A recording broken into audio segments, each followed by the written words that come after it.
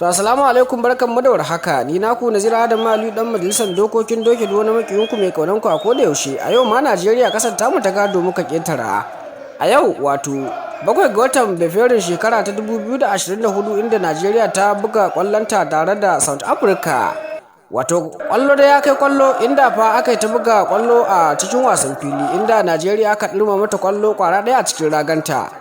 Wasa ya ci gaba da kai komo hakan dalika South Africa ita ma ta rama kwara daya ga wato ragan 'yan Najeriya. Haka a dalika ana cikin buga wasan kenan bayan an tashi kuma 1-1 wato drop inji bature. Kawai sannan kuma sai aka tafi zuwa penalty. Muka tafi penalty ne inda Najeriya ta dora wa South Africa kwallo har kwara hudu.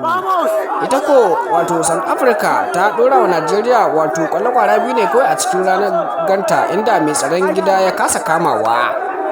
Ko haka dalika duka a cikin ebu zaria kuma wato matasa maza mata duka sai celebration suke ta yi nan sai mu ce Allah ya sa kuma Najeriya ta kara wato rawan gani a kuma final.